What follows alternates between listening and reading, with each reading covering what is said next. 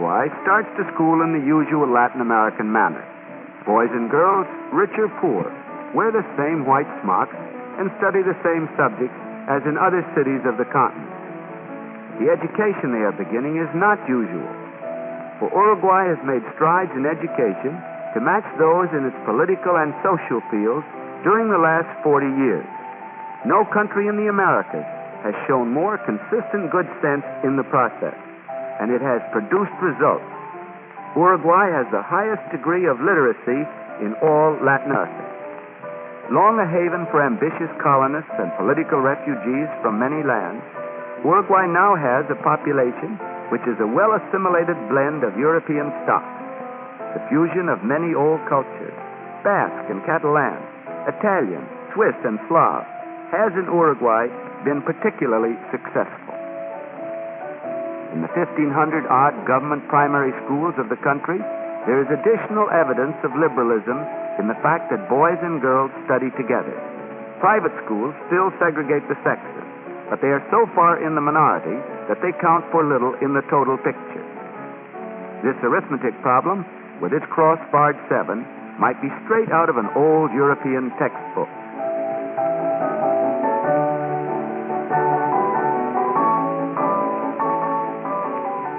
But the setting of this problem places it wholly in the New World. Montevideo's fresh air schools are for children in whose families there is a history of tuberculosis, but who have not themselves contracted the disease. These are not curative institutions. There are clinics for that, but preventive ones. In the sunny gardens of an old colonial home, the children study all day and rest after luncheon.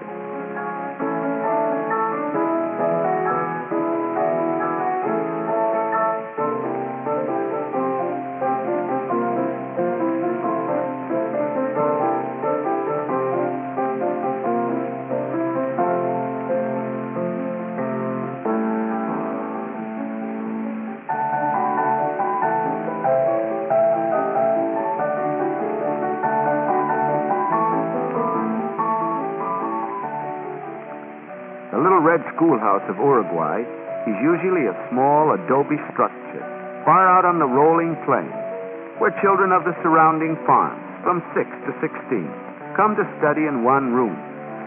In such an arrangement, the success of the education received depends even more than usual upon the personality of the teacher. This particular man has sufficient sympathy to handle the job, but not all rural schools here are so lucky. Not even this progressive land has been able to supply all its thinly populated hinterlands with good schools and good teachers. Getting into teachers' good graces by one device or another is a universal ambition. In Uruguay, they try it with a shiny red pomegranate.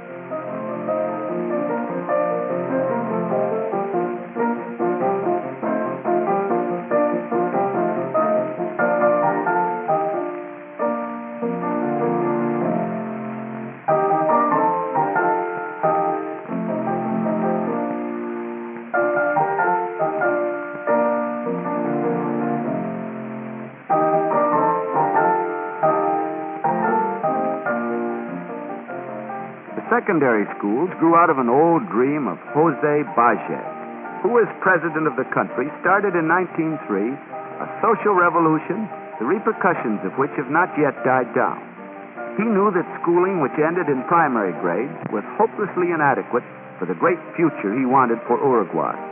So he began early to enlarge the secondary schools of Montevideo and to spread them into the provinces. He wanted compulsory free education for all his countrymen, from kindergarten through university, for men and women, rich and poor, urban and rural populations.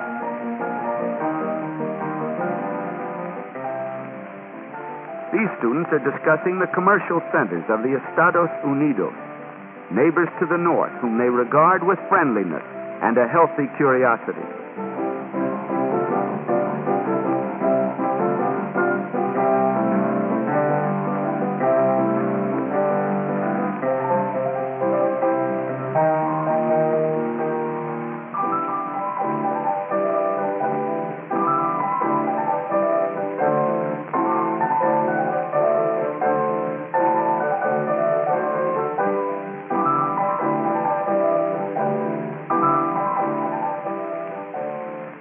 school playgrounds are unknown in Montevideo, but there is a commission of physical education to direct the youngsters toward many well-equipped public playgrounds such as this one.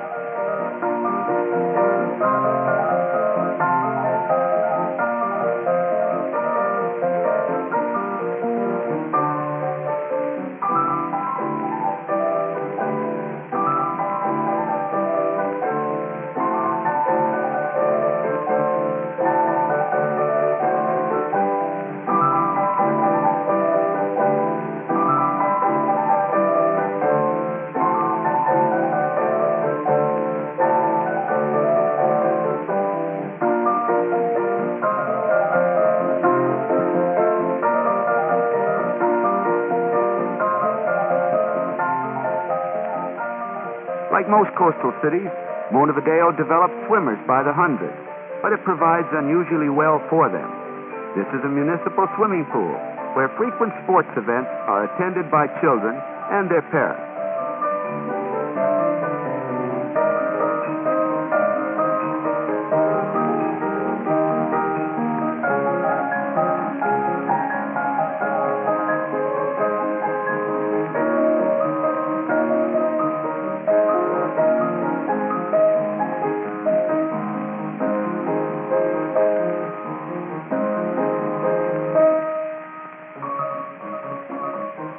Old and young seem to have developed closer comradeship in Uruguay than in most of Latin America. For example, in this forest camp within sight of the famous string of beaches, whole families gathered to try a little of the tent life North Americans seem to like so well, and a few of the hardy sports of their own country. In a case like this, Mother is no stern duenna who watches the exertions of her young from the sidelines. She simply puts on a playsuit and joins the game.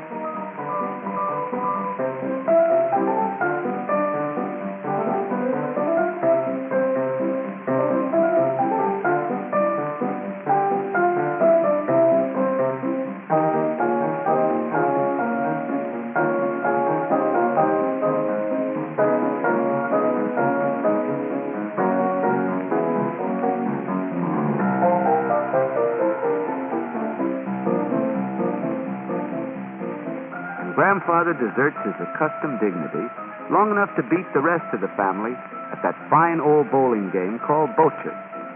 This game has a long and honorable history among the people of the Pyrenees. The object is to place your ball nearest the small cue ball and to knock your opponent's ball out of position.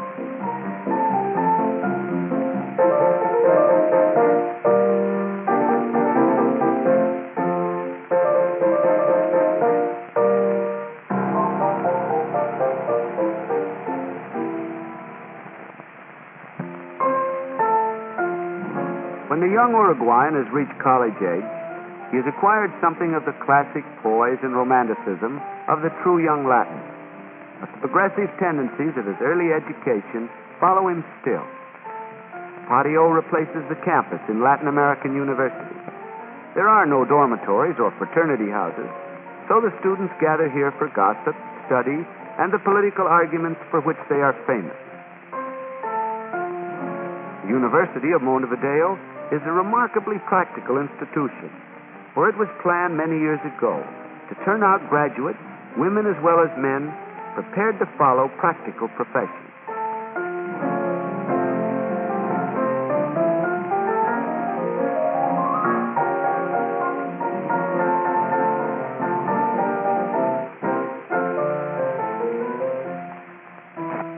But even a university with a modern point of view finds it hard to turn from the old ways.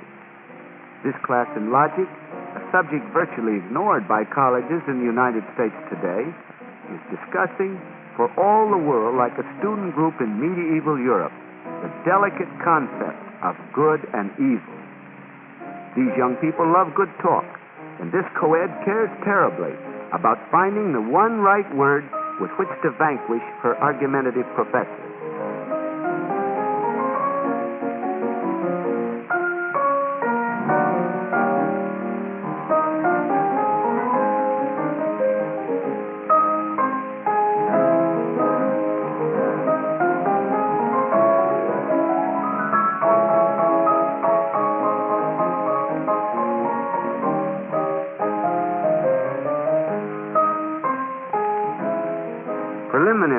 construction and architecture, upholds all the old conventions of training and elementary draftsmanship. But this school is so widely known for its emphasis on modern architecture that it draws students from all over South America.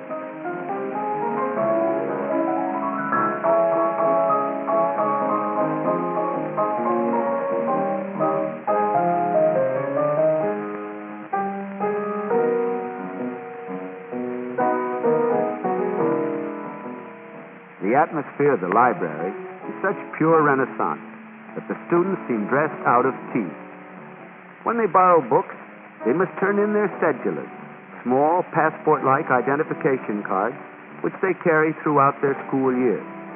Later, they will exchange them for civil registration cards to be carried all their lives.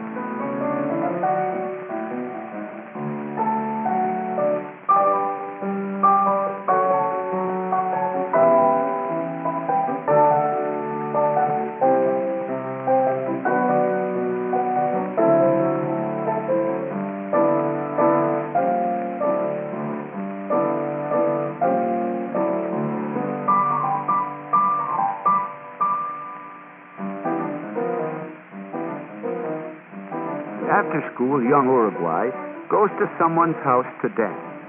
No campus hangouts for these youngsters. 4 decades of liberalism have not removed Uruguay that far from Spanish colonial manners. The traditional chaperones are still there.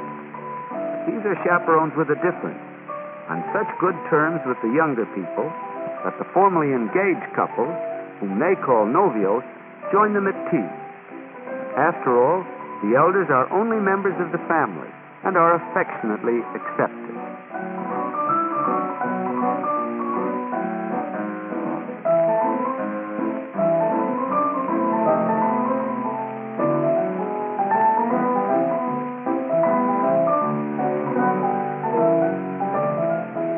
In this room, though each is Uruguayan born, are boys and girls whose parents originally spoke half a dozen languages other than Spanish. The families of Manuela and Maruja and Rosa have lived for many generations beside the River Plate. But Vanya's parents were Russian, David's were English, Layla's were Hungarian. Now they are all Uruguayan and intensely proud of it.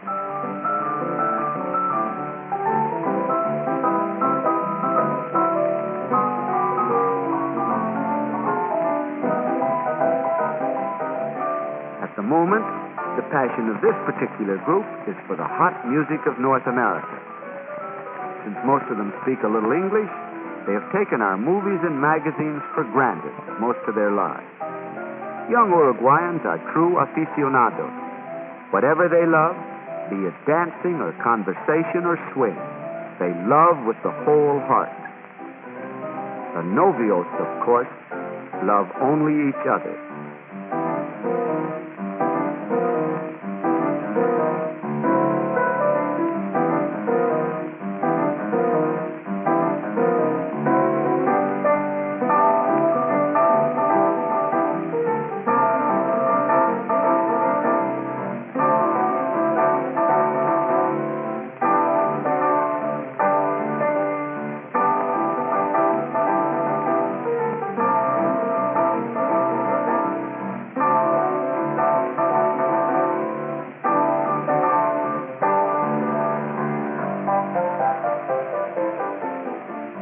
The moods of youth are changeable.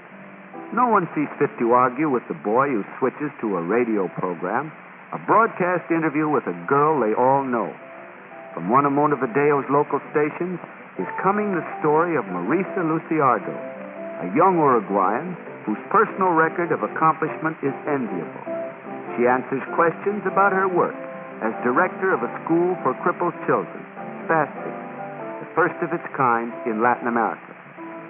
She is one of that little group which added another precept to Baget's great creed, not only education for men and women, city and country, wealthy and impoverished, not only for the physically fit, but for the physically handicapped as well.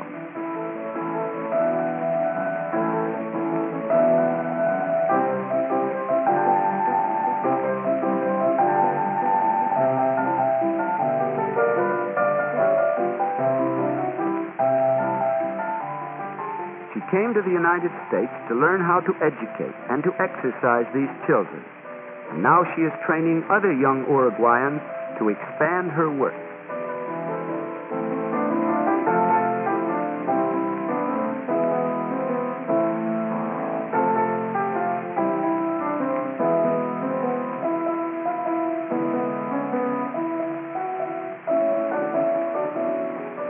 Here is one young woman who has taken full advantage of the privilege of growing up in a free and forward-looking land. Look again into the face of young Uruguay, citizens young in years of a land young in spirit. Perhaps no one of them will become a great leader in the conventional sense. Perhaps few will ever be conspicuous for any word or deed. But they were born in a free land and educated in the tradition of liberty. The future of Uruguay is in capable hands.